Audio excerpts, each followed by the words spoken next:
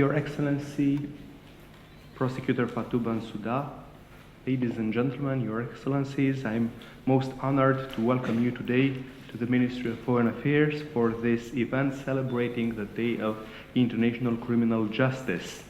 This conference is jointly organized by the Ministry of Foreign Affairs, the National Commission on International Humanitarian Law, and the Romanian Red Cross, and continues the series of demarches of the Romanian authorities in order to promote the Rome Statute and the activity of the International Criminal Court. Ladies and gentlemen, respect for international law in these troubled days and respect for impunity with regard to the most serious crimes are not just policy instruments, but values per se. This is why Romania has always been a determined promoter of the International Criminal Court. Please allow me to recall that last year Romania had acted as co-focal point for the universality and full implementation of the Rome Statute of the International Criminal Court, and has organized a series of events in Bucharest, The Hague, and New York, including the visit to Bucharest of His Excellency Judge Sang-Hyun Song, the President of the International Criminal Court. The topic of the conference today is Romania and an International Criminal Court between full implementation of the Rome Statute and the ratification of Kampala amendments. And we have the honor to have as the keynote speaker Her Excellency Fatou Bensouda, Prosecutor of the International Criminal Court, who will deliver an intervention on the achievements and challenges of the International Criminal Court. Dr. Bogdan Aurescu, Secretary of State for Strategic Affairs within the Ministry of Foreign Affairs, will deliver a speech on the Kampala amendments of the Rome Statute. And as the Romanian authorities are currently analyzing the possibility of ratifying these amendments, these can be an impetus in the way forward in this sense. Bogdan Aurescu was the leader of the Romanian delegation, which has participated in the first review conference in Kampala in 2010. Dr. Simona Maia Teodoroiu, State Secretary within the Ministry of Justice, will speak on the relevant provisions of the new criminal code, which entered into force in February this year, and whose purpose is to ensure, among others, compatibility with the Rome Statute of the International Criminal Court. I would like to equally underline that this event on the celebration of the Day of International Criminal Justice benefited from the generous help of the Romanian Red Cross, whose president, Mrs. Mihaela Joanna, is with us today. I have the honor and privilege to invite Mrs. Joanna, President of the Romanian Red Cross Society, to say a few words.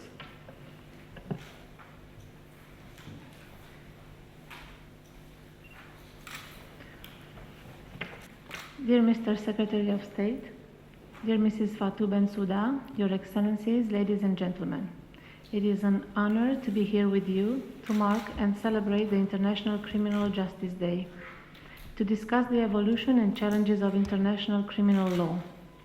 And I think it is even more important to discuss these issues in turbulent times, where several asymmetrical conflicts and other situations of violence are happening as we speak in Gaza, Ukraine, Sudan, Syria.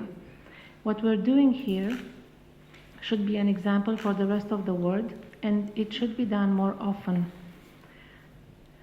Justice to be served and impunity to be ended. The Romanian state has offered the opportunity and initiated the discussion on the implementation of international criminal law, and representatives of international community, humanitarian organizations such as the Red Cross joined the discussion. The fundamental mission of the Red Cross in Romania and all over the world is to educate the population on international humanitarian law with the aim to increasing respect for the rules of war, raising awareness of the consequences of violence, and promote the analysis of events happening in our world today, from legal and humanitarian point of view. And we do so by working with young people, such as the volunteers helping us at this event, high school students, university students, and their teachers. We also support the armed forces to educate the troops and comprehend the humanitarian mission and our humanitarian perspective while on the field. I believe it is important to have this discussion on the achievements and challenges that the international criminal justice is facing in times when its effectiveness and efficiency are being questioned. I believe it is important to discuss and to explain the magnitude and symbolism of every act of international justice in order to represent the global value it presents. International criminal justice cannot and will not be able to have the speed nor cost of national proceedings, and one should not ask for that, but it is just as vital as the former in our globalized world. Nowadays, should one incident or violation of international humanitarian law happen in one corner of the world, it is certain that it will affect another country, another population, another social order. Refugees, internally displaced persons, civilian victims caught in the fire are often the consequences thereof.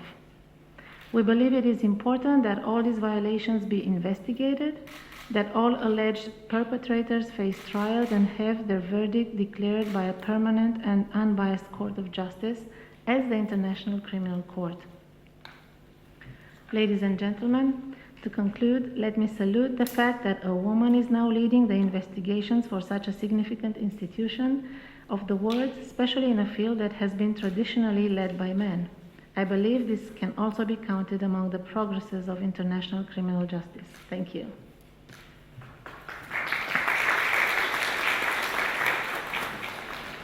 I thank very much Mrs. Mihaela Joanna. I will invite now Her Excellency Fatou Bensouda, Prosecutor of the International Criminal Court, to deliver her speech. Your Excellency, you have the floor. Thank you very much. Your Excellencies. Thank you very much, Your Excellencies. Ladies and gentlemen, distinguished guests, I want to extend my gratitude to the previous speaker, head of the Red Cross, as well as to the Romanian government and the Ministry of Foreign Affairs, first for your kind words, but also for the invitation and for the dedication of Romania to the International Criminal Court and the cause of international criminal justice. I believe that today's event is yet another testimony of this. In 1950, the great jurist and diplomat Vespasian Pella wrote in an article in the American Journal of International Law, and he wrote that international criminal law can achieve nothing unless there is an international court to apply it. This was in 1950. I therefore deeply feel honored and privileged to be here today as the prosecutor of a permanent international criminal court that indeed applies international criminal law through the prosecutions of individuals for the crimes of genocide, crimes against humanity, and war crimes in accordance with the Rome Statute. It makes it even more appropriate to be here today, considering the fact that last week, on the 17th of July, we celebrated the Day of International Criminal Justice, as well as the 16th anniversary of the adoption of the Rome Statute, and as such, the strengthening of international criminal justice.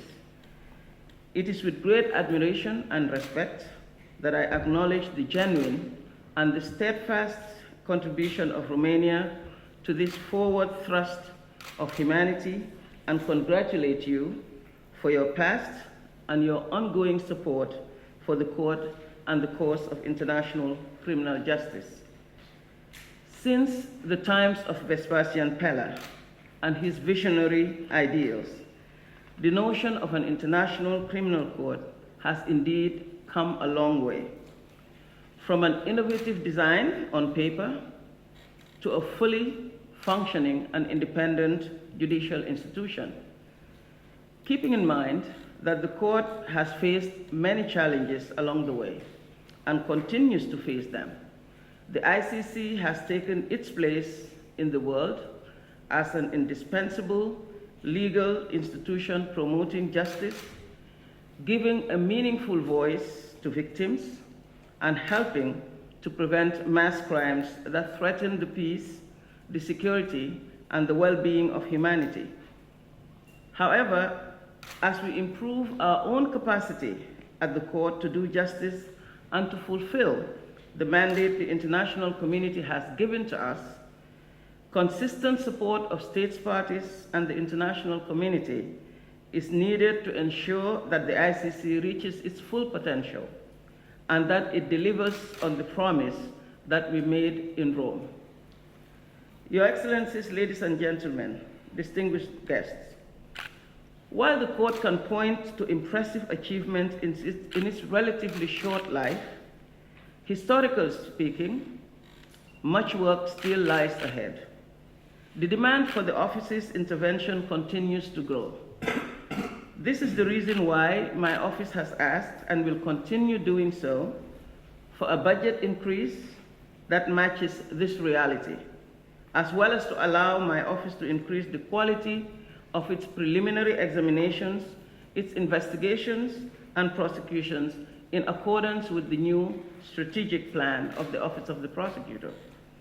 Before I come to this issue, however, allow me firstly to set out some of the basic principles and international and jurisdictional matters relating to the court, and then outline some of the challenges that this relatively new instrument of international criminal justice faces as it strives to carry out its noble mandate of ending impunity for the most serious crimes of concern to the international community. As already mentioned, the ICC is a permanent and independent international criminal court, created by treaty, the Rome Statute, with a mandate to investigate and prosecute the crimes of genocide, crimes against humanity, and war crimes, and potentially the crime of aggression in the future. First, by law, the International Criminal Court's intervention is exceptional. The ICC is a court of last resort. It is complementary to national jurisdictions. The primary responsibility to investigate and prosecute international crimes rests naturally in the first instance with states. The court intervenes only when national jurisdictions and national systems are either unable or they are unwilling to genuinely address these crimes. But the sad reality, however, is that more often than not, states have failed to shoulder this primary responsibility to address these heinous crimes. And they thus leave the court with no alternative but to exercise its jurisdiction as is required by the Rome Statute. In this regard, the drafters of the Rome Statute were very careful to ensure that the court has ample powers to execute its mandate, but also to execute it effectively. And, of course, within the prescribed limits, the legal limits. The parameters within which the court operates and the circumstances under which it can proceed with investigations are what defines the legitimacy of the court. Indeed, unless the legally prescribed criteria are met, there can be no legal basis for the ICC to intervene in any situation. It is important, therefore, to stress that irrespective of how a request to open an investigation is received by the court, by my office in this instance, we are not bound to automatically accept the request. The selection of situations and cases and persons to be investigated is always an independent prosecutorial decision which is based on the Rome Statute, the legal framework of the Rome Statute, and the evidence that is collected. There are crucial steps that we need to take to determine whether we can open an investigation or not. And the first step is to conduct what we call a preliminary examination in order to decide whether we should proceed with a full-fledged investigation. And this preliminary examination is done in all situations and the objective is to determine at the very outset whether we have jurisdiction or not. During this examination, we are required to determine, amongst other things, whether the alleged crimes were committed on the territory of a state party or whether the crimes were committed by a national of a state party. And also to determine if the alleged crimes in question are Rome Statute crimes. Is it genocide? Is it war crimes? Is it crime against humanity? Another important aspect of this preliminary examination is the assessment of whether or not the national authorities are already investigating and prosecuting themselves. Because this is important. As we know, we are mindful of the complementarity nature of the court. If they are doing it, the court should not do it. Currently, my office is conducting 10 such preliminary examinations across the globe. We are in Colombia, in Honduras, Guinea, Nigeria, in Georgia, Ukraine, Afghanistan, Iraq, as well as with regard to the Mavi Mara Flotilla incident as referred to my office by the Union of Comoros. Most recently, we opened a preliminary examination in the situation of Central African Republic, and this is regarding to the alleged crimes that have been committed and the sectarian violence that the country is witnessing over the past 1 year. And should we, on the basis of such preliminary examinations, conclude that there is indeed a reasonable basis to proceed with the opening of an investigation, we will do so without hesitation.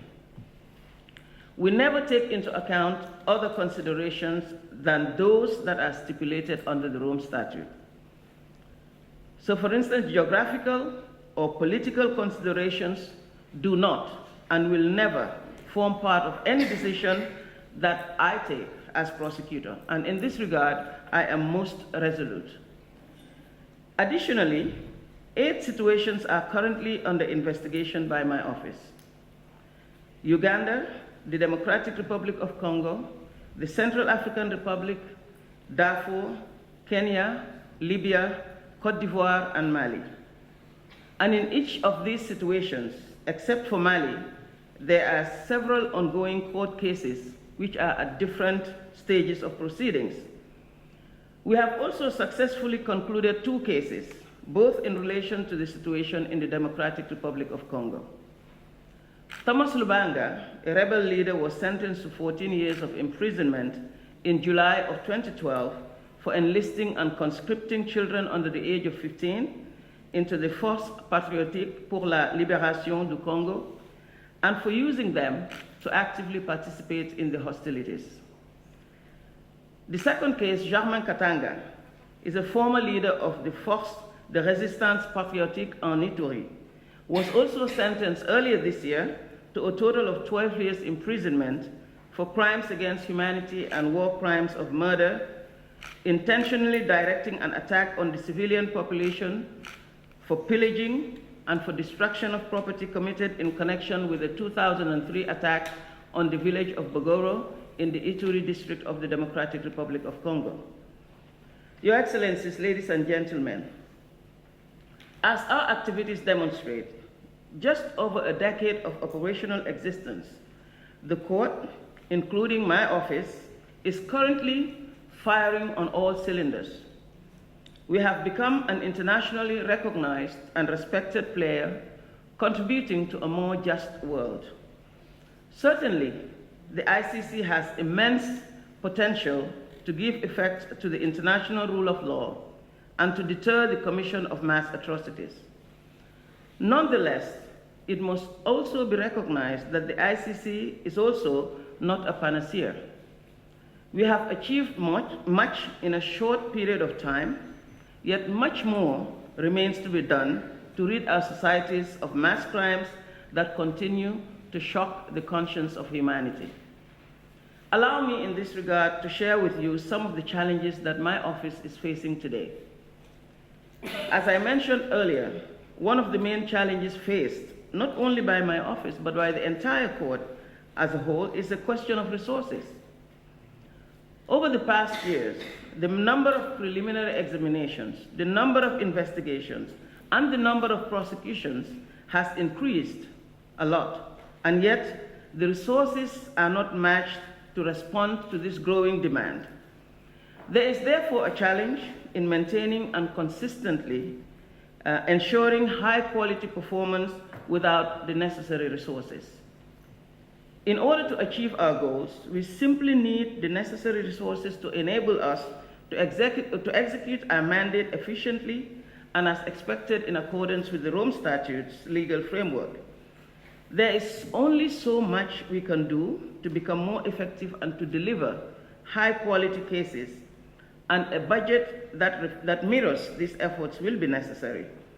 We are in the final stages of proposing our carefully considered 2015 budget, and I hope I can count on Romania and other states parties to support the office in its budget request, which represents the basic resources required to continue the work that we have undertaken in 2014. Another challenge is to receive full and timely cooperation from states. The ICC has no police, as you all know, or any other enforcement body of its own, so we rely on states. We rely on states to implement its decisions and to support its work, and most particularly to our arrest warrants. Such cooperation is vital in realizing the goals of the court as intended by the Rome Statute. For it to be meaningful, this cooperation that we're asking for has to be timely, it has to be tangible, and that is what we keep asking of states. A further challenge in the scale is the scale of witness interference and witness intimidation across our situations. The level of witness interference we have witnessed in the last few years has been unprecedented, and it needs to be stopped in its tracks. Interfering with witnesses is a very serious offense, and it is intended to pervert the course of justice and the proceedings before the court. It seeks to impede the establishment of the truth in cases where those at trial are accused of some of the gravest crimes under the Rome Statute. And we cannot stand idly by and allow these serious offenses to undermine the court's proceedings and credibility. This is why my office has opened cases for offenses against the administration of justice, including witness interference in both the Central African Republic and the Kenya situations. We call them the Article 70 cases, which is interference against the administration of justice.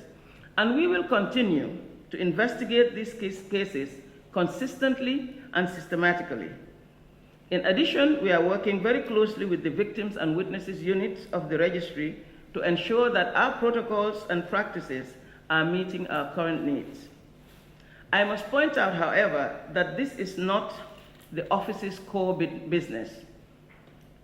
Administration of justice cases is not the office's core business, and investigating and trying them, these cases, are an added strain on already our very limited resources. Accordingly, the temporary and permanent relocation of witnesses is especially an area where support is greatly needed and appreciated from all states that might be able to assist the court on this matter. And together with the registrar, we call on states to support this crucial work by signing voluntary relocation agreements with the court.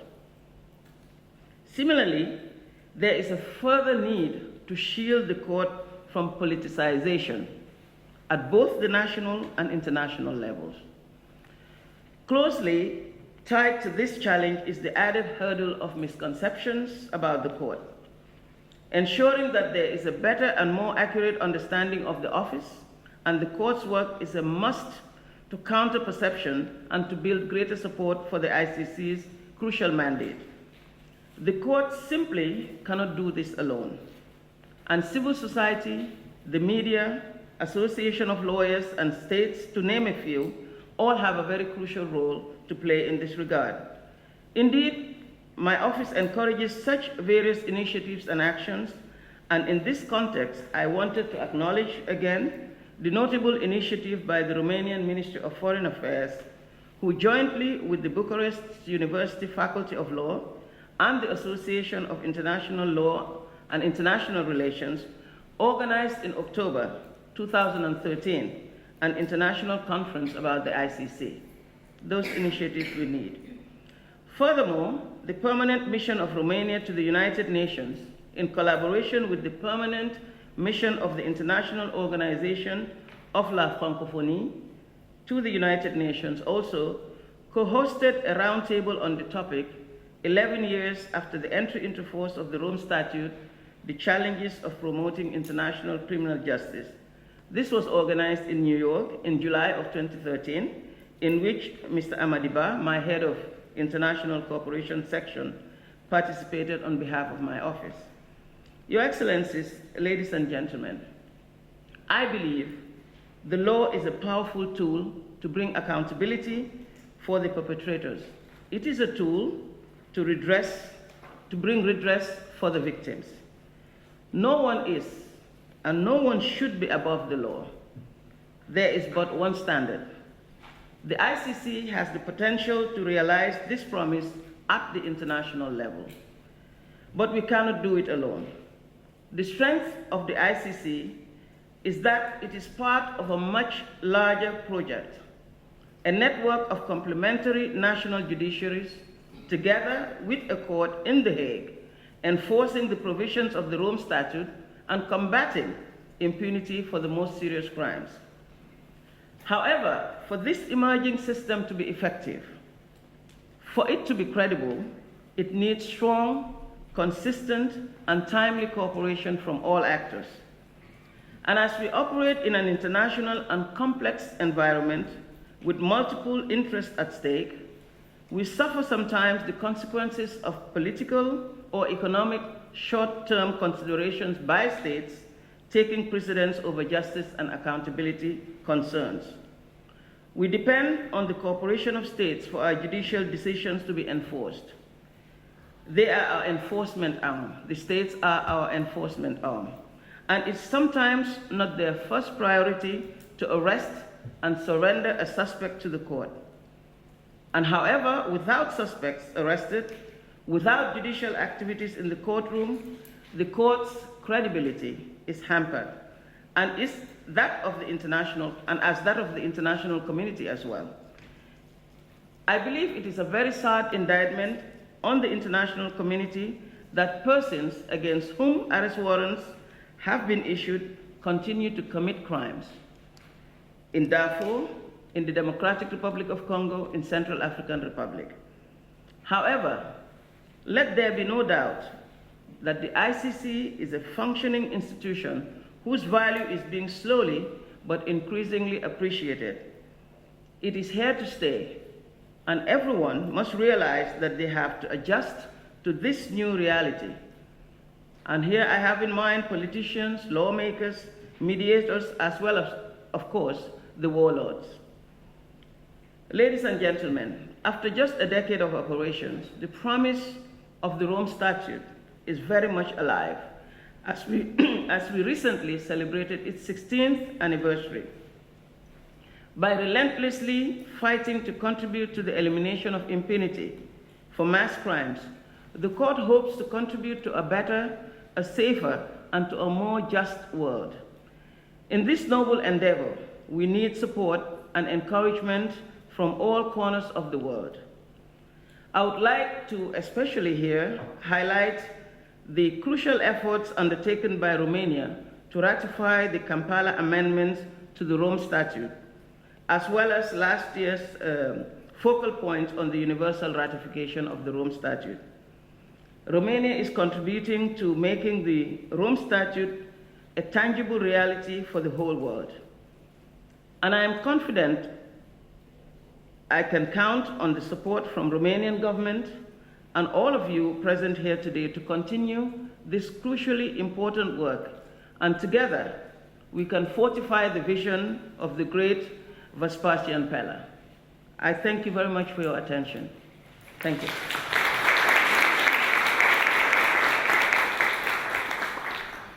I thank Her Excellency Fatou Bensouda.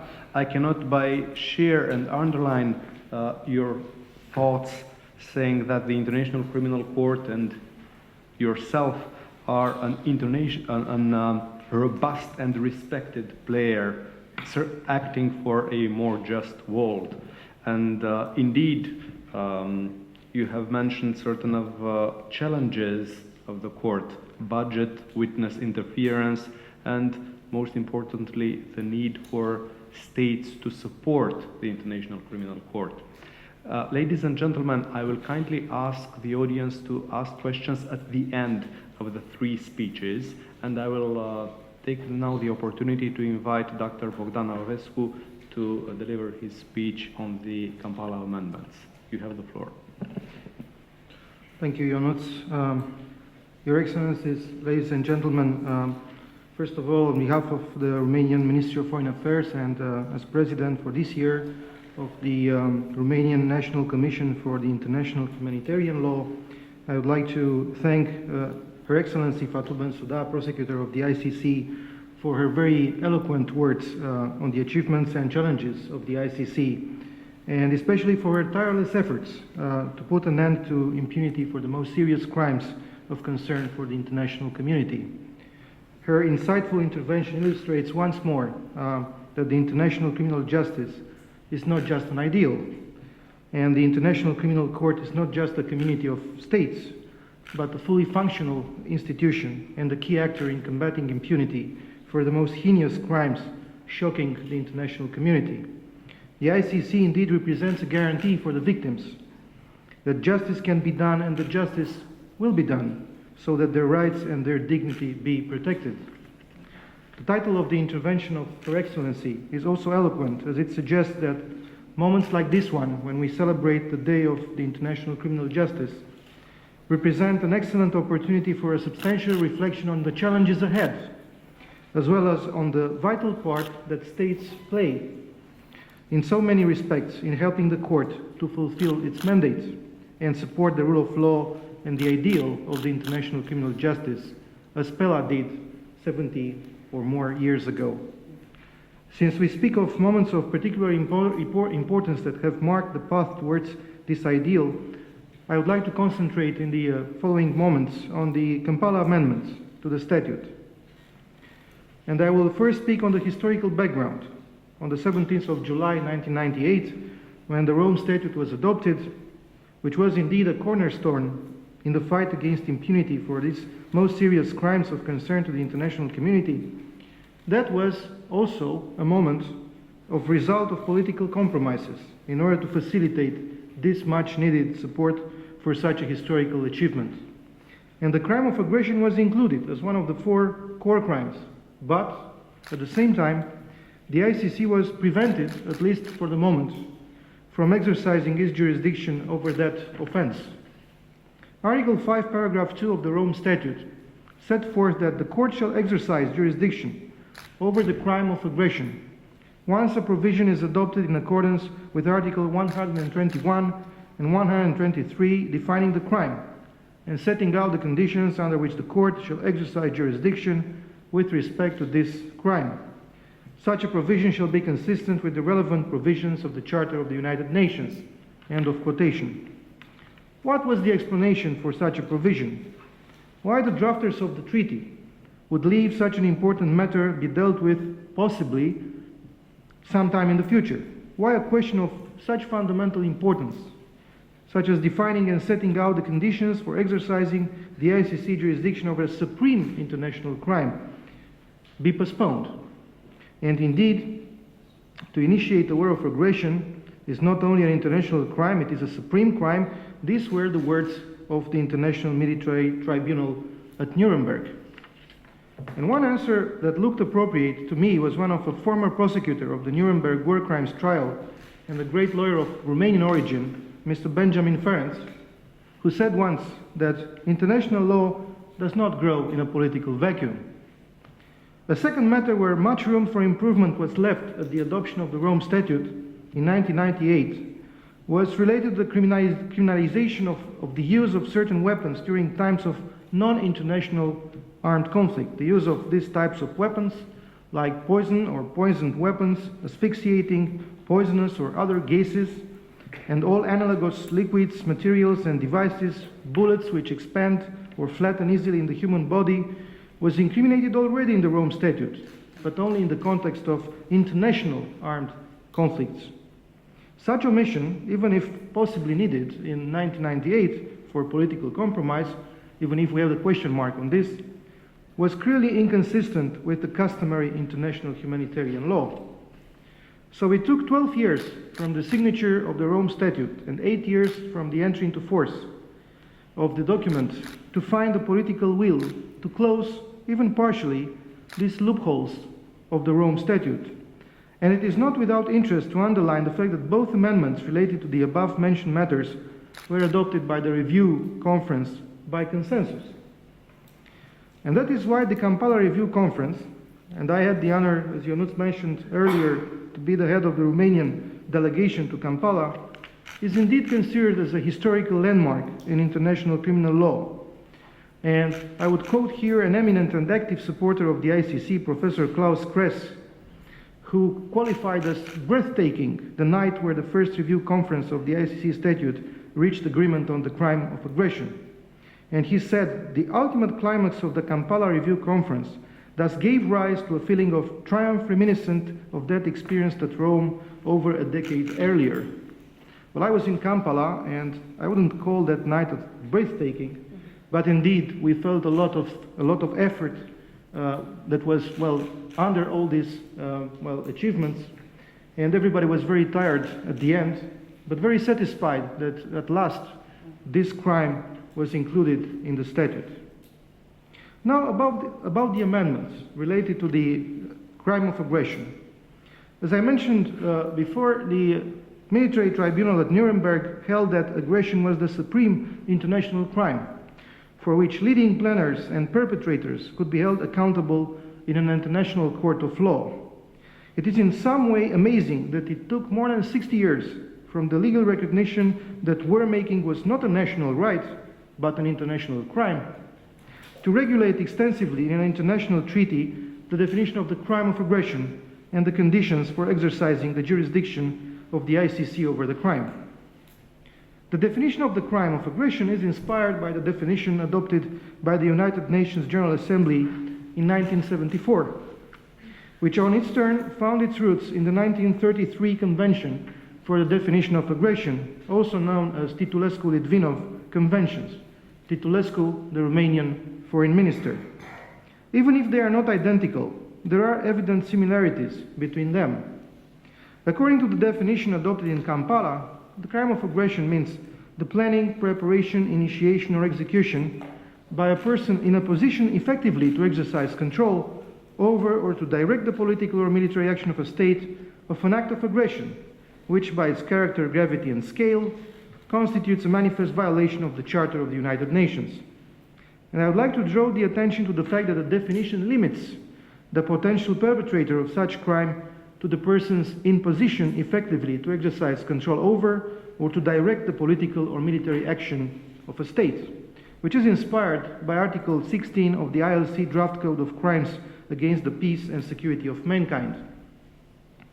A second remark concerns the qualification of an act of aggression, as the definition makes a reference to the character, gravity, and scale of such an act. The elements of crime provide further clarification, as it is underlined that it is understood that in establishing whether an act of aggression constitutes a manifest violation of the Charter, the three components of character, gravity, and scale must be sufficient to justify a manifest determination, and no one component can be significant enough to satisfy the manifest standard by itself.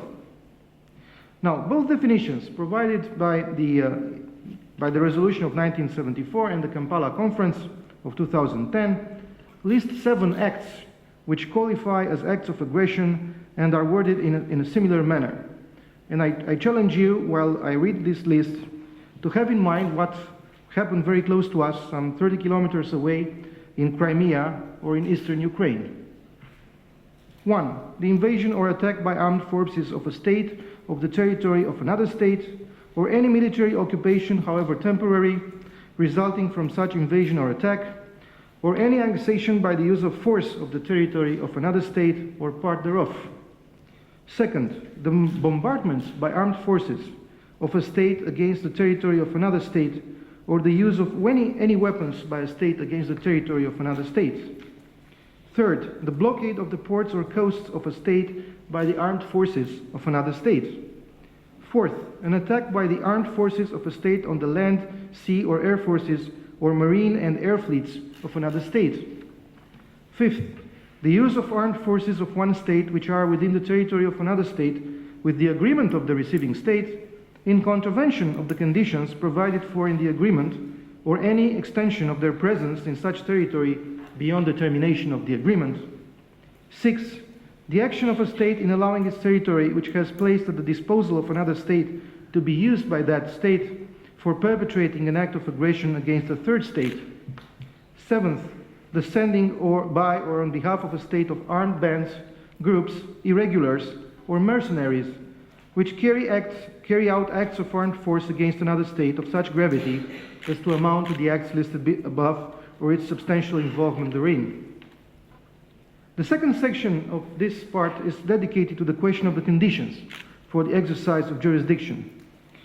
In the future, the ICC will be indeed able to prosecute crimes of aggression, provided that a number of conditions are fulfilled, involving the ratification of the amendment by 30 states parties, and the future decision to be taken after the 1st of January 2017 by the same majority of states parties as required for the adoption of an amendment to the statute.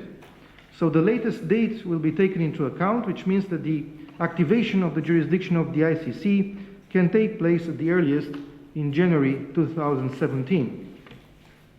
Of course, this is a simplified presentation, as the provisions related to the exercise of the jurisdiction over the crime of aggression are extremely complex and draw significant distinctions depending if a situation is referred to the ICC by the Security Council or by another state, or it is investigated proprio motu. So, given the limited time we have today, I will not enter into such details. But I will turn now to the other amendment. In fact, the first one, and from the outset, I should note that the proposal to amend Article 8 of the Rome Statute was initiated by Belgium and was co-sponsored by another 18 states, including Romania, and the International Committee of the Red Cross. The amendment was adopted by consensus on the 10th of June 2010, and chronologically it was the first amendment ever to the Rome Statute. The amendment to Article 8 of the Rome Statute does not establish new crimes, but extends the jurisdiction of the court in non-international armed conflict, as I have already mentioned. Therefore, it can be argued that the amendment to Article 8 of the Rome Statute practically restores the balance between the victims of international armed conflict and those of armed conflict not of international character, and equally ensures consistency with customary international humanitarian law. The first provision criminalizes the use of poison or poisoned weapons in non-international armed conflict, and it is noteworthy that the prohibition to use poison or poisoned weapons can be found in a very old treaty, namely in the 1907 Hague Regulations. The second relevant provision extends also the court's jurisdiction in the context of non-international armed conflicts to the war crime of employing asphyxiating, poisonous or other gases and all analogous liquids, materials or devices. Such an interdiction appears in the 1925 Geneva Protocol for the prohibition of the use in war of asphyxiating, poisonous or other gases and of bacteriological methods of warfare. Finally, the third provision relates to the use in non-international armed conflicts of bullets which expand or flatten easily in the human body. Again, the prohibition to use such bullets can be found very early in legal instruments in the field of international humanitarian law. And the International Committee of the Red Cross confirmed in their studies that the prohibition to use the above-mentioned weapons is a customary law rule which is applicable not only to international conflicts but also to non-international armed conflicts. I would like now to turn to the last point of my presentation, which deals with Romania's contribution to the Kampala amendments. With respect to the First Amendment adopted by the Kampala Review Conference concerning Article 8 of the statute, the contribution is pretty obvious, since Romania co-sponsored this proposal with other states and the International Committee of the Red Cross. As regards the Second Amendment related to the crime of aggression, the connection is even more, well, important but subtle, because I dare say it implies a noble work of recovery and taking into account a long-standing tradition in the field of international criminal law, when visionaries like the outstanding Romanian diplomat and lawyer Vespasian Pela were advocating the ideals of the international criminal justice and were continuously promoting the idea of an international criminal court of a permanent character. As a matter of fact, if we study that article that you have mentioned, published in the American Journal of International Law in 1950, towards an international criminal court, you will see a lot of similarities with the between the design of Pela and the current organization and functioning of the ICC. And to quote Pela, in October 1925, from a report drafted by him for the Washington Interparliamentary Conference, allowing for the international punishment of the crime of aggression, Pela said in that report, will contribute to a large extent to the prevention of the war of aggression, as it will give rise to the feeling of international responsibility in the hearts and minds of government officials, a feeling which they experienced too little until now. Romania's contribution to the development of the international criminal law is eloquently illustrated also with respect to the definition of aggression, as Nicolae Titulescu was one of the fathers of the first definition consecrated by the two conventions of 1933, which are still known under the name of Titulescu-Litvinov Conventions. Last year, we marked the anniversary of 80 years since the signing of these conventions, which can rightly be considered cornerstones for the definition of aggression. As they defined aggression, asserted the acceptance by the contracting parties of this definition, and underlined the commitment that no political, military, economic, or other considerations may serve as a justification for aggression. So the conventions of 1933 listed 5 cases of aggression, and again I challenge you to note the actuality of these cases against the background of the situation in Ukraine. Declaration of war upon another state, invasion by its armed forces of the territory of another state, attack by its land, naval, or air forces on the territory, vessels, or aircraft of another state, naval blockade of the coasts or ports of another state, and the case in which a country supported armed bands which set out from its territory and invaded that of another country, or refusal to take in its own territory all the measures in its power to deprive these bands of all assistance and protection. The legacy of the Titulescu-Litvinov Conventions reflected in the Resolution 3314, which represents the basis for a definition provided in the Kampala Amendment regarding the crime of aggression.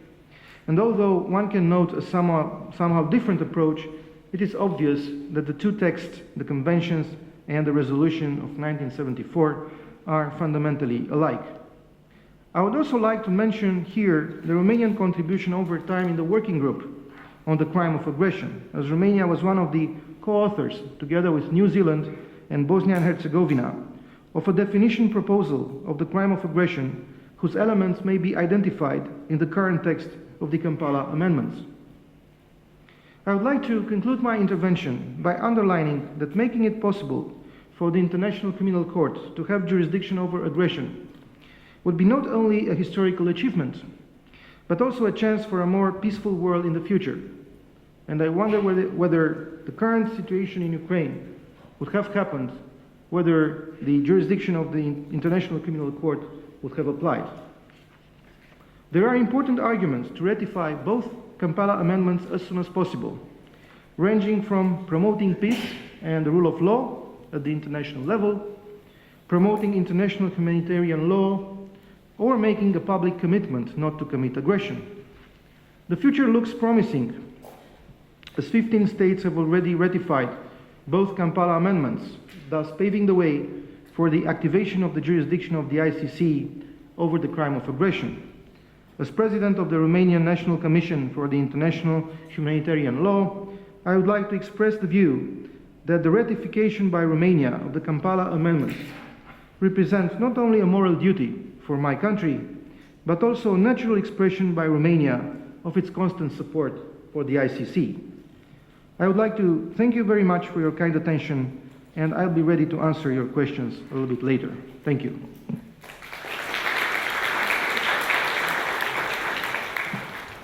Thank you very much for this comprehensive presentation of the legal aspects comprised in the Kampala amendments. Indeed, I cannot but remark the time perspective, the link between the 1933 conventions on the definition of aggression, the 1974 resolution, and the definition in the Kampala amendments. Once again, thank you very much for underlining the importance of the ratification of the Kampala amendments, as you have said, not only a moral duty, but a decisive step towards giving life to these amendments. Implementation of the International Criminal Court Statute is also an important landmark. Therefore, I will invite Secretary of State Simona Maia Teodoroiu to present the most important aspects of the new Romanian Criminal Code, which serves as a domestic legal basis for the implementation of the statute. You have the floor. Thank you very much, Your Excellencies, ladies and gentlemen, distinguished guests. It is a privilege and an opportunity for me to express some thoughts and ideas on behalf of the Romanian Ministry of Justice on a topic that is so much connected to our wide vision on international criminal justice. In the social and political context of today, in a world challenged by wars and terrorism, as already mentioned here, it remains obvious that crimes are no longer concerning only one state. Efficient solutions need to be identified to strengthen the authorities' ability to respond in order to ensure justice, peace, respect of human rights and fundamental freedoms, and of the overall democratic values. While observing the international criminal justice, Romania is in ongoing process of assessing its capabilities to respond to the challenges brought by globalization and to any potential request that falls within the area of international criminal justice. Consequently, the Romanian Ministry of Justice has developed along the years good interinstitutional practices with other Romanian bodies as well as with the foreign counterparts. Romania is building a coherent international criminal justice policy. Cooperation, flexibility, accountability, availability are the key words in this process. In terms of criminal justice, we have adopted a constructive and pragmatic approach, gradually assuring its cooperation with the International Criminal Court, and we are fully committed to justice and accountability in the fight against genocide, war crimes, and crimes against humanity. Therefore, please allow me now to briefly point out the measures we have undertaken to comply with the requirements under the ICC statute from the perspective of the national criminal policy. First of all, I would like to refer to two main aspects, namely domestic provisions related to the incrimination and sanctions regime and international cooperation in this field. Our national policy towards the International Criminal Court has been the most visible and coherent from 1998 up to now. I would like to underline the major legislative reform finalized with the new codes. The new criminal code was adopted in 2009 and it came into force on February 1st this year. It aimed at ensuring the harmonization of the domestic criminal law with the contemporary requirements of the fundamental principles governing criminal law. The simplification of substantive criminal law, in conjunction with the amendments brought to the criminal proceedings by the new Criminal Procedural Code, are meant to ensure predictability of the criminal law as well as an increased general confidence in criminal justice. While drafting the new criminal code, several national and international legislative tools were used as a source of inspiration, such as the criminal codes of France, Italy, Germany, Austria, Spain, Portugal, as well as the European Convention for the Protection of Human Rights and Fundamental Freedoms, the Vienna Convention on the Law of Treaties, and last but not the least, the ICC statute. Title 12 in the new criminal code regulates in a completely revised form the crime of genocide, crimes against humanity, and war crimes in order to ensure full compliance with the provisions of the Rome Statute and beyond through additional incorporation of the provisions of certain international legal acts, in particular the first additional protocol to the Geneva Convention and the 1999 second protocol to the 1954 Convention for the protection of cultural property in the event of armed conflict. Take into account the elements of crimes in accordance with Article 9 of the ICC Statute, taking also into account the case law of international courts after 1998, which could not be incorporated in the statute. The first chapter in the Title 12 of the new Romanian Criminal Code regulates the crime of genocide and crimes against humanity. With reference to the crime of genocide, for a better correlation with Article 6 of the ICC Statute, the concept of collectivity was replaced by that of group, preferred in the recent international legislative acts. In addition to the provisions of the ICC Statute, the Code also incriminates the connivance in and incitement to committing the crime of genocide, incriminations required by the provisions of Article 3, letters B and C of the 1948 Geneva Convention. With reference to the crimes against humanity, the new criminal code adapts the provision of Article 7 of the ICC Statute and capitalizes upon the previous definitions provided by several statutes of international criminal tribunals, such as the Nuremberg International Military Tribunal, the International Criminal Tribunal for the Far East, the International Criminal Tribunal for the former Yugoslavia, and the International Criminal Tribunal for Rwanda. The crimes against humanity are a separate group of criminal acts which may occur during both peace and wartime. They are incriminated in the new criminal code similarly to Article 8 of the ICC Statute. For example, as regards the forced transfer, the new criminal code does not link the transfer to a population. Therefore, the crime could be retained also in the case of an individual in compliance with the elements of crimes of the ICC Statute. The crime of sexual aggression has been introduced in the chapter on offenses against sexual inviolability. It should be highlighted that the harm against the physical or mental integrity has been introduced in the new Criminal Code of Romania as an offending modality, even if it is not specifically listed in the ICC Statute. The main scope is to avoid any legal controversy as to whether the destruction of the group also includes the simple injury of its individual members. The second chapter of Title 12 of the Criminal Code mainly includes the crimes regulated as war crimes in Article 8 of the ICC Statute. Several international law provisions coming from the first additional protocol to the Geneva Conventions and the 1999 second protocol to the 1954 Convention for the protection of cultural goods in the event of armed conflict have been transposed thereof. Furthermore, the distinction was made between war crimes against individuals, against property and other rights, war crimes against humanitarian operations and distinctive emblems, and the use of methods and means prohibited in the fighting operation. The advantage of this legal classification consists in creating more accessible texts, taking into consideration the current trend of international criminal courts to place on equal footing the war crimes committed in a conflict, irrespective of its international character. The text regarding the war crimes against individuals was aligned with the Article 3 of the Geneva Conventions and Article 8 of the ICC Statute. Accordingly, the protected person is no longer the war prisoner or the civilian population, but the individual protected by the humanitarian international law. With reference to the incrimination of medical experiments, which are neither justified by the medical treatment of the person concerned, nor carried out with his/her consent, additional elements of protection for the person concerned have been introduced. Here I would like to mention the sampling of tissues or organs and use of treatment methods that are not acknowledged by the medical environment, as well as the fact that victims of international conflicts are also protected by these provisions.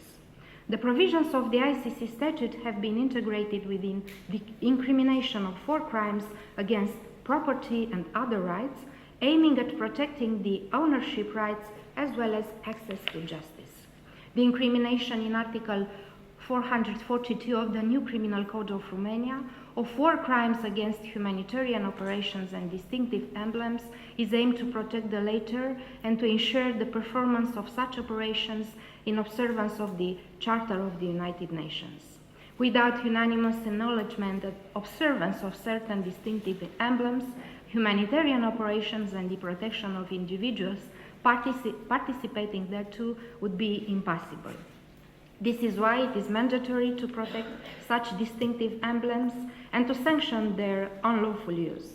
For all offenses incriminated by this article, no distinction is made based upon the character of the conflict, if it's international or not.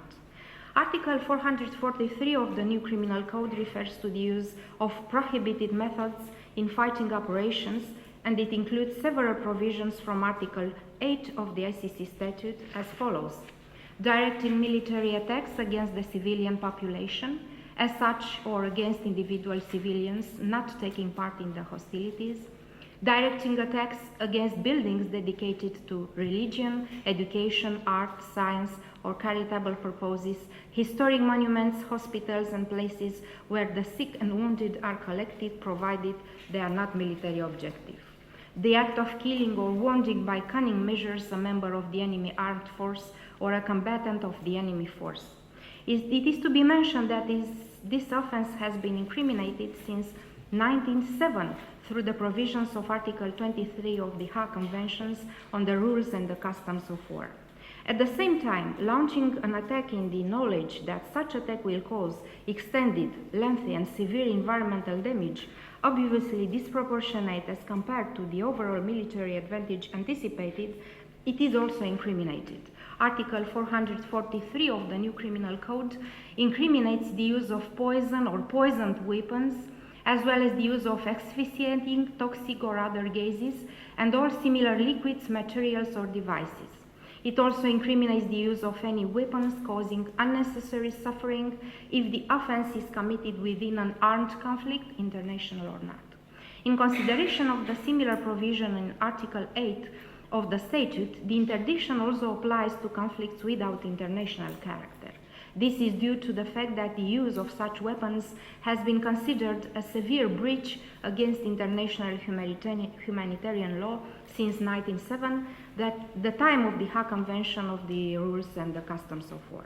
As for the applicable penalties provided for the incrimination in this title of the Penal Code, they are fully compliant with Article 77 of the statute. Thus, the new Criminal Code provides that a sentence of imprisonment shall not exceed 30 years or of life imprisonment if justified by the extreme gravity of the crime and individual circumstances of the convicted persons. In addition to imprisonment, the national courts may impose a fine that could be determined also in accordance with the day fine system. I would like also to mention that Romania is currently considering the ratification of the amendments to the ICC statute adopted in Kampala in June 2010 and mentioned. The Ministry of Justice has placed it on the list of legislative priorities for the next period of time. The wider and more general concern of cross-border crimes requires in the area of international criminal law the cooperation of states as a sine qua non prerequisite in the challenging process of preventing and controlling all forms taken by cross-border criminality. Ladies and gentlemen, successful international cooperation in this area depends on states' willingness to cooperate with the ICC and have the necessary institutional capacity to deliver. This has to be seen in a wider context that takes into account the relation with the complementarity principle, the existence of non-parties, and the absence of domestic provisions implementing the Rome Statute. It is therefore important to assess not only the theoretical aspects, but also the effective application and evaluation of concrete results.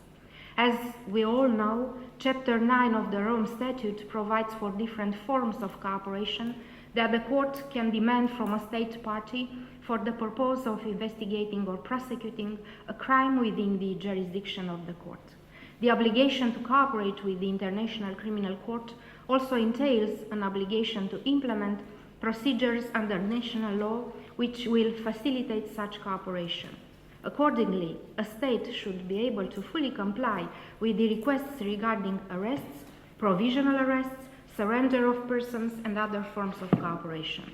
These other forms of cooperation regard inter alia, access to information, gathering of evidence, searches and seizures, witness protection, freezing of assets, and any other type of cooperation not prohibited by the law of the requested state party. I would like also to mention that we are now in a process of elaborating a draft law for cooperation with the International Criminal Court in order to establish at a normative level specific provisions related to all forms of cooperation with ICC. This also features amongst the legislative priorities of the Romanian Ministry of Justice for the next period of time. Romania already had the chance to test the applicability of these provisions into practice with regard with the requests forwarded by the court concerning persons close to the Gaddafi regime. Although the requests have shown no relevant results in Romania, it was a test for us to see to what extent we are able to deal with such requests, and it was proven that our institutional mechanism was fully functional and we are able to comply with our obligations as a state party to ICC. At the EU level, Romania has been participating to the meetings of the European Network of Contact Points in respect of persons responsible for genocide, crimes against humanity, and war crimes.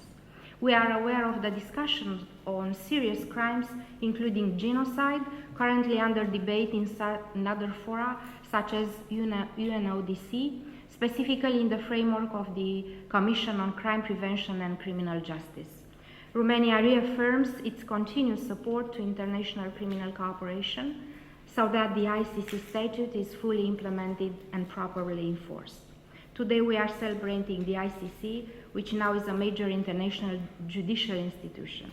In the same time, we must not forget that in this very moment, incredible cruelties continue to happen around the world. For these unknown victims that are seeking justice, the ICC should continue to carry out its utmost role because, as the ICC president beautifully said, ICC belongs to all humanity. Thank you very much for your attention.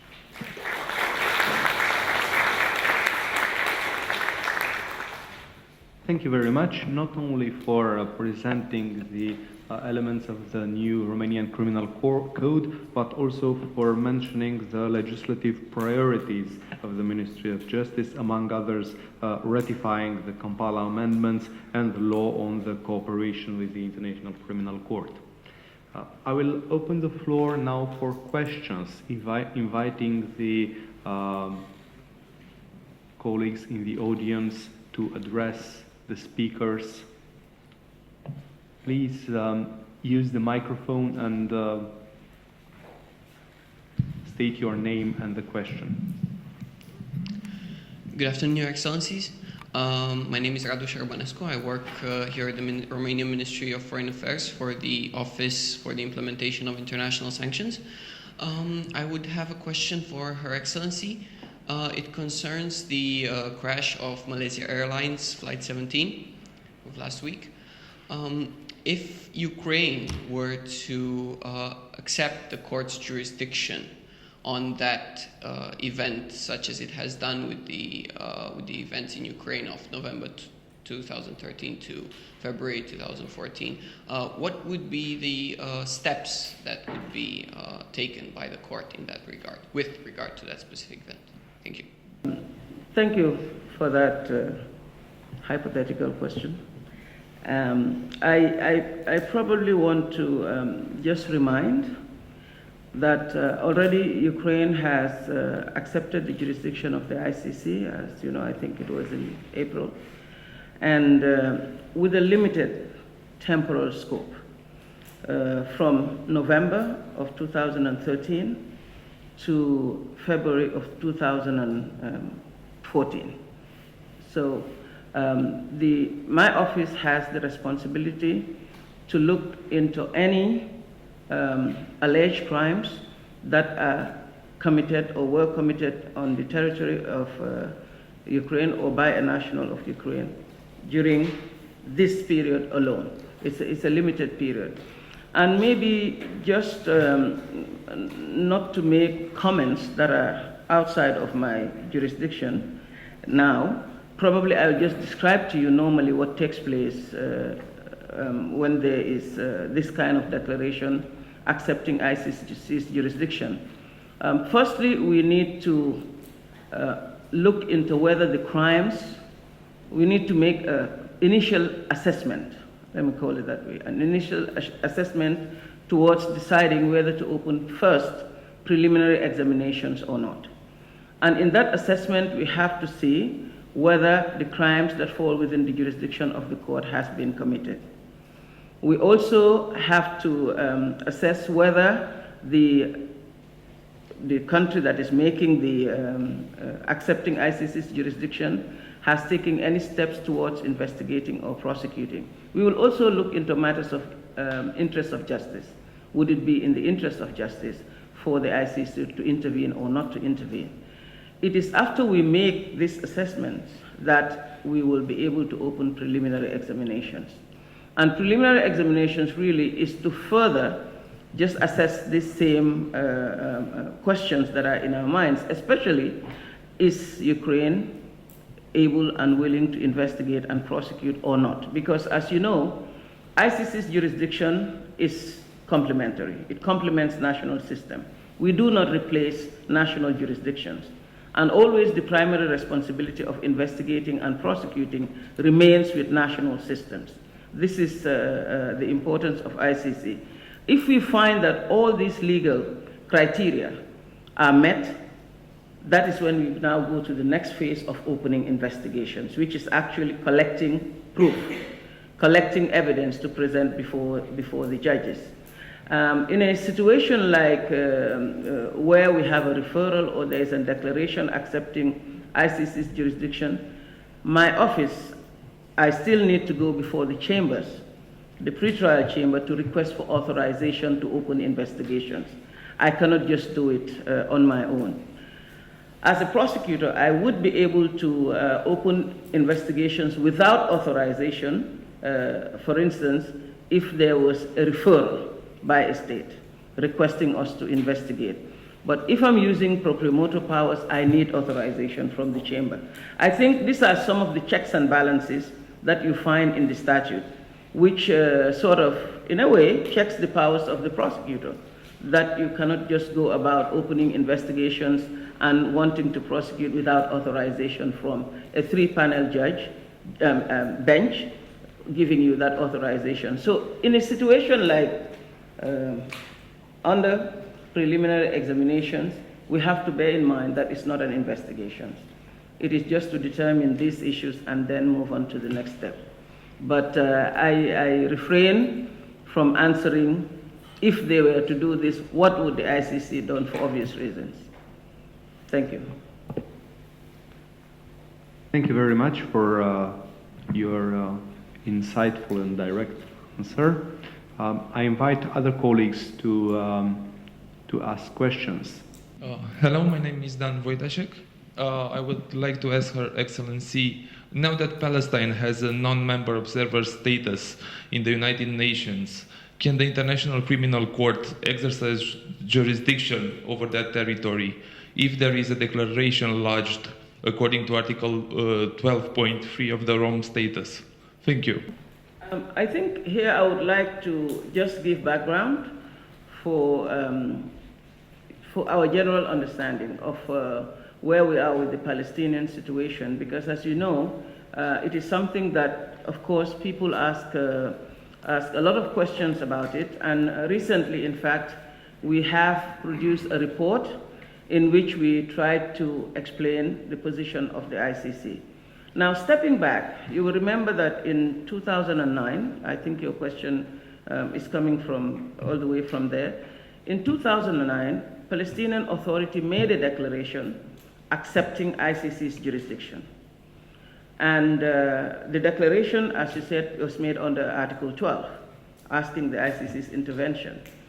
And after a very lengthy process, I must say, because we had consultations from all the parties that are involved in the conflict.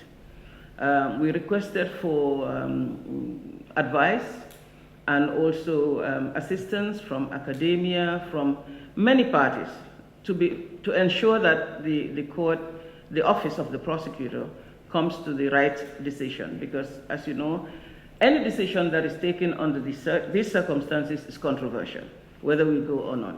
Now, eventually, my predecessor decided, of course, together with the office, that the declaration itself did not meet the legal criteria required under the Rome Statute. Because if you look at the article that you're citing, it talks about where a state makes a declaration accepting the jurisdiction of the court. Now, it was, we said that it has legal limitations in the sense that at the time, Palestine was not recognized as a state by the General Assembly. So the decision that was taken by the office is to send it back with that explanation that, in fact, the declaration cannot be accepted because it has legal limitations.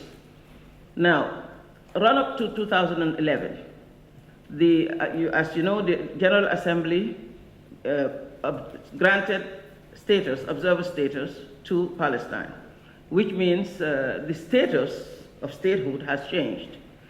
And of course, there has been people saying that now that it has changed, the International Criminal Court or my office should just take the case again and start. But I think our position has been clear, and this has also been said in the report, that I do not think it is for the office to take the case without a declaration or ratification from the Palestinian Authority. And this is the state where the office is. It is not up to us to take the case again, because we are still acting based on the declaration that we said that did not meet the legal criteria. So there is nothing on the table for us to move again without having anything else from the Palestinians. And this hasn't happened. Therefore, we have declared in that report that we are not examining further the Palestinian situation unless something further happens from them. I think that answers your question. I'm not directly using the words, but the position is that we are not able to proceed without any further action taken by Palestine. Thank you very much. Indeed, the answer comprises very important legal questions. Yes. Other questions from the floor? Please. Thank you, Mrs. Bensouda, and all the panelists for your presentations. My question again goes to the chief prosecutor. And I was wondering, in the case of Syria, what are the options of, yes, I see your eyes, what are the options of actually trialing or investigating the crimes that are allegedly perpetrated there? I know they haven't signed the Rome Statute, but as an eminent figure in the world of international criminal justice, we're also talking about a special tribunal. Is that an option? What is your view on this? Thank you. Thank you very much, Your Excellency. We get asked this question quite often, and of course people wonder, why is the ICC not doing anything because of the alleged crimes that are taking place there? So really, anywhere we go as officials, we're asked this question. But the issue is a matter of jurisdiction. Bottom line, it's just that. The ICC is able to intervene on territories of states parties where these crimes take place, or over nationals of states parties who commit these crimes. And just to give a wider context, you will recall in Iraq, so bottom line, in Syria we are not able to intervene because it's neither a states party nor are we yet aware of nationals of states parties committing crimes there. In the wider context, to give you an example of Iraq, we used to be asked the same questions without people knowing that, yes, we don't have jurisdiction to investigate or intervene in Iraq because it's not a state party, but the ICC, my office, has actually gone to look into nationals of states parties who took part in the conflict. We have done that. In fact, initially you will recall that we opened preliminary examinations over the United Kingdom soldiers in Iraq during the conflict and closed those preliminary investigations because it was just not sufficient. We were talking about issues, when it came to issues of gravity, we were having incidents like 20 or so. In the end, we said that this was not grave enough for the intervention of the court, because also we have to recall that the ICC intervenes in grave situations. We cannot intervene everywhere. The court was not meant to do that. So we closed those preliminary examinations, but recently I have reopened them. I have reopened preliminary examinations over the United Kingdom soldiers in Iraq based on information that we have received in January, which is fairly substantive, of crimes having taken place there. And I've just started collecting information and analyzing whether it requires the further intervention or opening an investigation, actually. So in that instance, even though Iraq is not a state party, we're able to do that, intervene in that regard. But with respect to Syria, it's not a state party, and our jurisdiction just does not allow us to go there. That is the sad and hard truth. Thank you very much. Let me just remind, Please. I just wanted to also highlight when the ICC can also intervene. If the crimes are taking place on the territory of a non-state party. The United Nations Security Council can refer a situation to the ICC anywhere, whether they're state parties or not.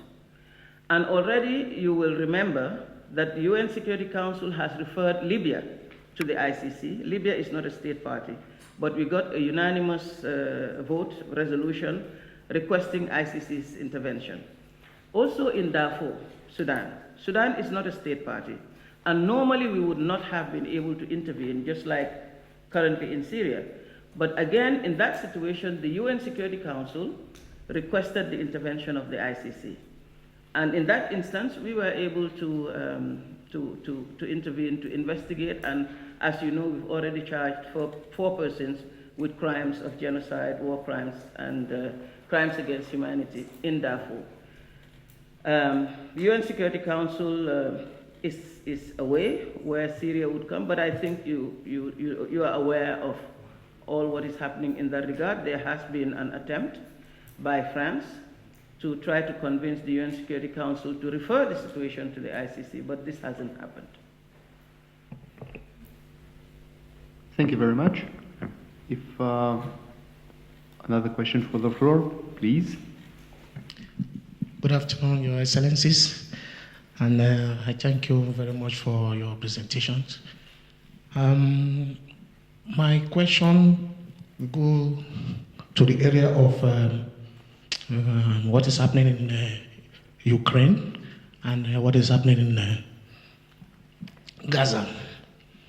Severally, both parties, officials of Ukraine, have said that they are only after the separatists, not the population. But we find out that the bombing actually affected several women, men, and children, which to me I felt it is crime against humanity.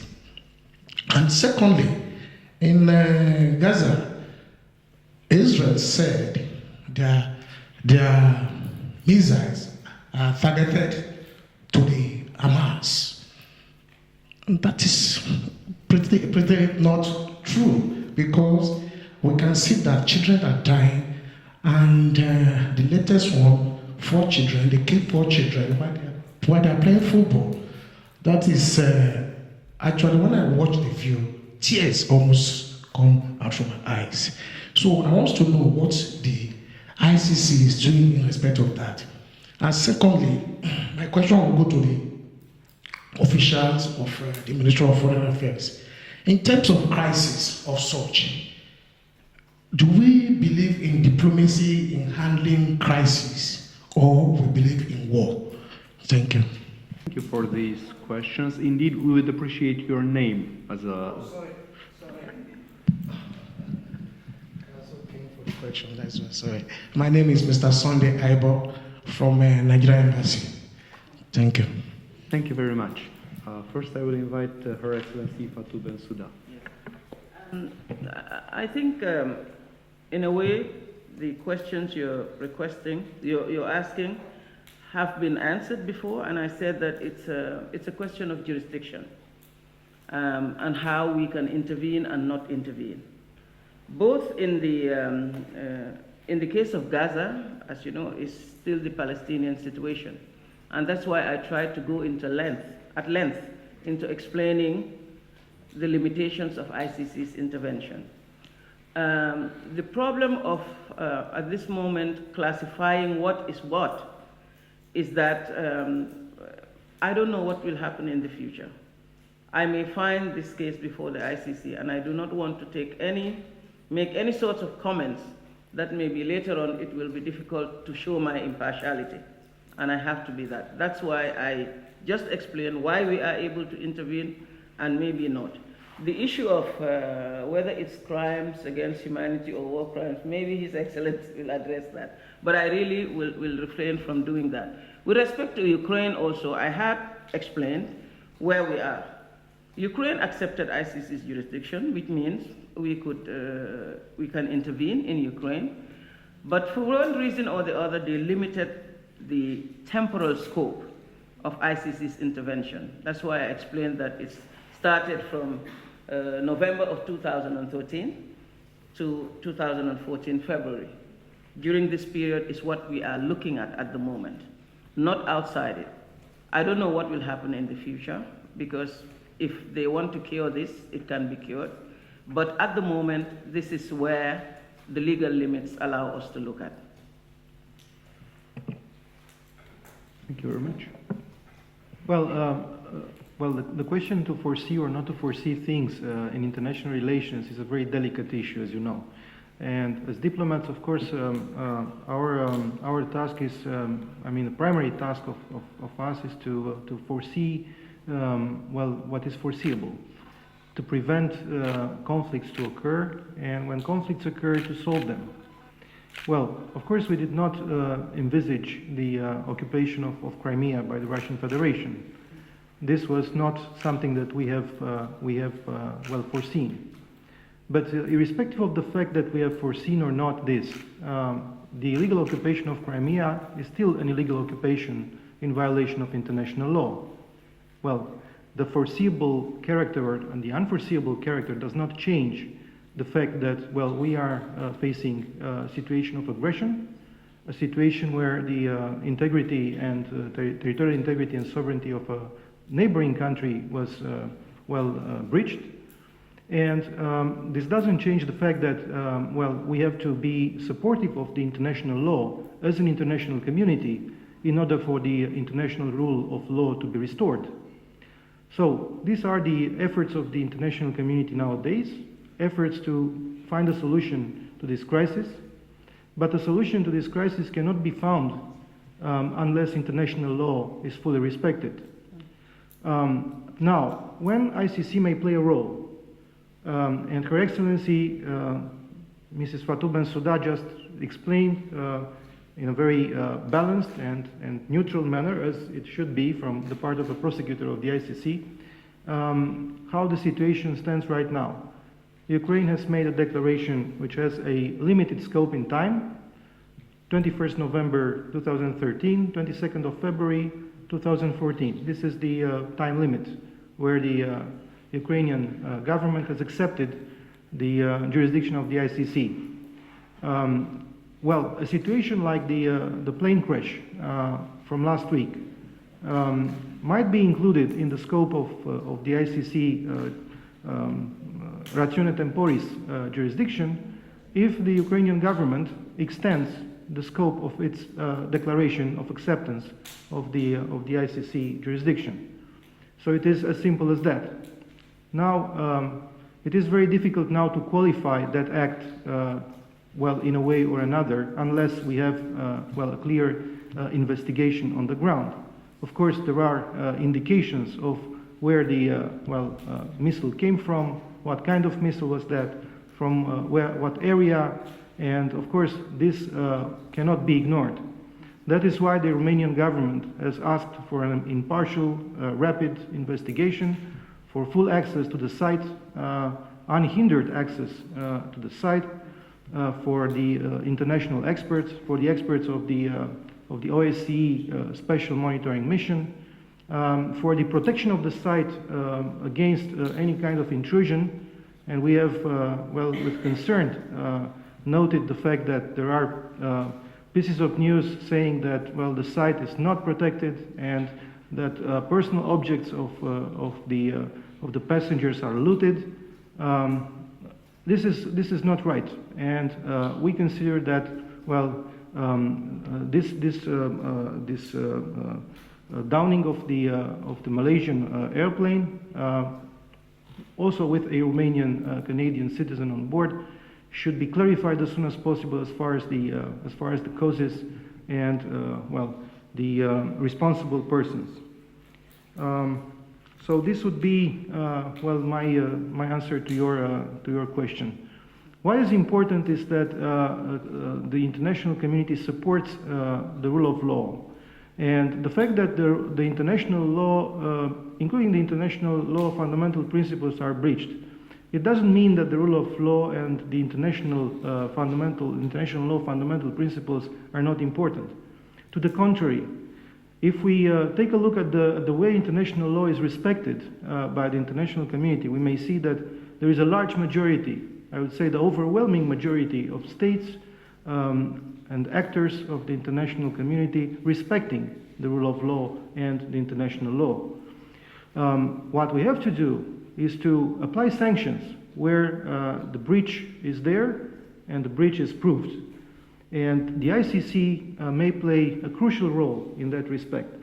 I have discussed, well, just before the conference with Her Excellency, telling how Romania tried to, well, as a focal point for the plan of action for the promotion of universality and full implementation of the Rome Statute last year, we have tried to advertise more the necessity of the ratification of the Rome Statute by as many countries as possible. We have organized events. Some of them were mentioned by Her Excellency in her speech, and we will continue to do so, including in our neighborhood. It is important, for instance, the fact that the association agreement with Ukraine and the other association agreements which were signed recently and ratified by the Romanian Parliament. The Romanian Parliament, as you know, was the first to ratify these agreements among the EU member states.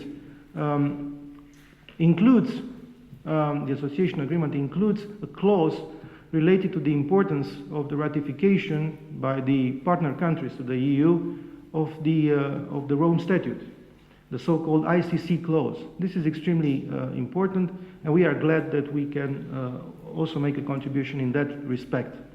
And we will continue to advertise the ratification of the Rome Statute in our direct neighborhoods, in Eastern Europe, in Central Asia, but also beyond that, in Africa and in many other places where the map of ratifications is not yet fully filled in, if I may say so. Yes. Thank you. Thank you very much. If there is another colleague asking for the microphone, please.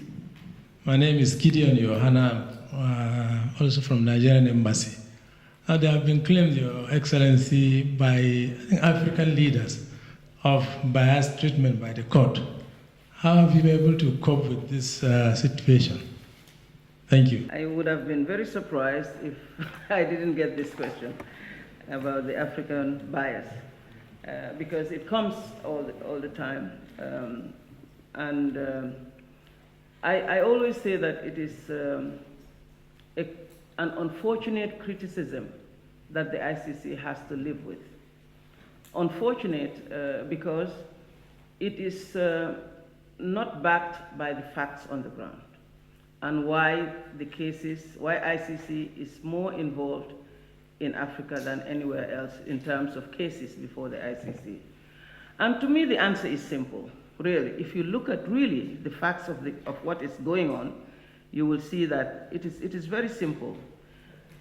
Whereas people are saying that ICC is targeting African leaders, is going after Africa, the reverse is true. Africa is coming to the ICC. This is the truth, the clear truth of what is happening. And just to give you a bare statistics right now, 8 of our cases, we have currently 8 cases that are in court, if I may put it that way, trials ongoing, 8 situations, all from Africa. 5 out of those situations, 5, are at the request of African states.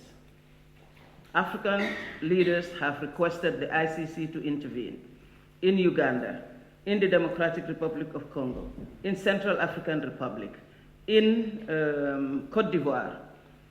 And recently, when all this criticism is flying around, Mali came to request ICC's intervention. So this is what the ICC was set up for. If a state party is not able to investigate these crimes and is part of the ICC, you can request the ICC's intervention. And this is what African states have been doing. In fact, even the Mavi Marmara that I mentioned, it was at the request of Union of Comoros, another African state, requesting ICC to intervene, to investigate and prosecute. Very recently, the Central African Republic, even though we were there in the case of the Bemba since 2003, the President of Central African Republic has requested again the ICC to intervene with the recent events that are taking place in Central African Republic. So you cannot say as an ICC, I will definitely not say that because another African state will request for ICC's intervention, I will not take it because it's Africa. I will take it. I will continue to go there. Because, again, let's just step back a little again and look at history. Look at the role that Africa has played. And I'm saying this not because I'm the prosecutor of the ICC, not because I'm an African, but because it's the truth. If you look at if you request from those who were involved at the negotiation of the Rome Statute leading up to the establishment of the ICC, Africa has played a big role. Africa has played a big role in ensuring that the ICC has become established with that block ratification leading to the 60 that was required for the ICC to be established. Again, leading up to the Rome Conference in 1998, it was an African state that held the first conference leading up to the Rome Conference in Senegal by President Abdou Diouf, the then president of Senegal. And again, an African state is the first state to ratify the Rome Statute and become part of the ICC. That is Senegal. Today, if you look at all the regions of the world, the largest region, the largest block of states parties in any one region is from Africa. 34 out of 54 African states are part of the ICC. Let's take the referrals. I talked about the self-referrals, that 5 African states have, in fact more than 5 now, have requested for ICC's intervention. But even if you look at the other 3, I talked about 8, and I said 5 out of the 8 are from referrals from Africa. Now 2 out of those 3 are UN Security Council's request for ICC's intervention. That is Darfur and Sudan and Libya. But even there, at the UN Security Council, when the Council was voting, African states were present and they voted for the intervention of the ICC, including Nigeria, I must say, and South Africa. I think the only abstention that we had in Algeria was Algeria during the referral in Sudan, Darfur, but not for Libya, because Libya was a 15-vote unanimous vote for the ICC's intervention. Also, we have a lot of requests to African states. In spite of what the AU, the stance that the AU is taking, the resolutions that they are making, I can tell you that about over 80% of the requests that we make for assistance go to African states, individual African states, and I can say, in fact, over 90% of those requests are positive. They come back, they assist the court. In our investigations, we go there, they provide the logistics, we request for relocation, it is done. We have signed quite a few bilateral agreements between the ICC and African states assisting the court.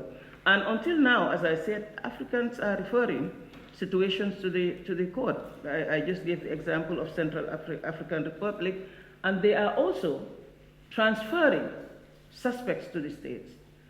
The majority of the suspects that we have before the ICC now were transferred by African states. The most recent was Charles Blé Goudé in the situation in Côte d'Ivoire.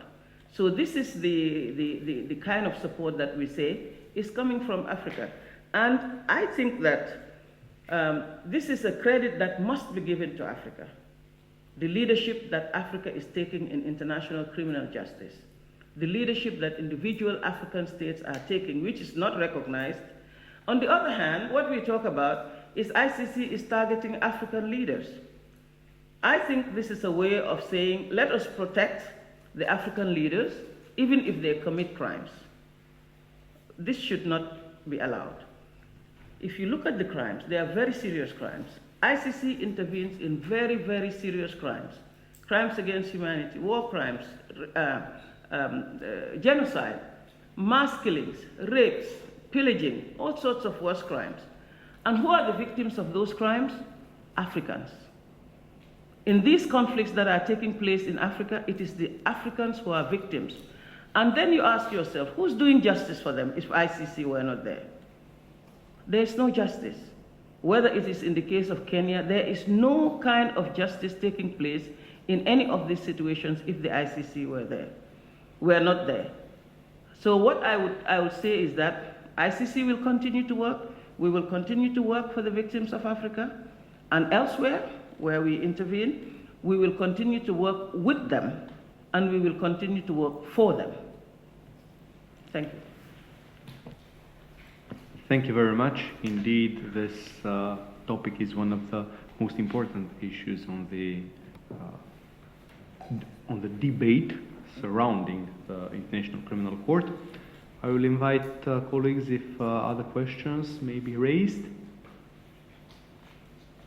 If it is not the case, I will thank sincerely Her Excellency Fatou Bensouda, and also I will thank the other speakers, the President of the Romanian Red Cross, Mihaela Joana, Secretary of State Simona Maia Teodoru, and Secretary of State Bogdan Aurescu.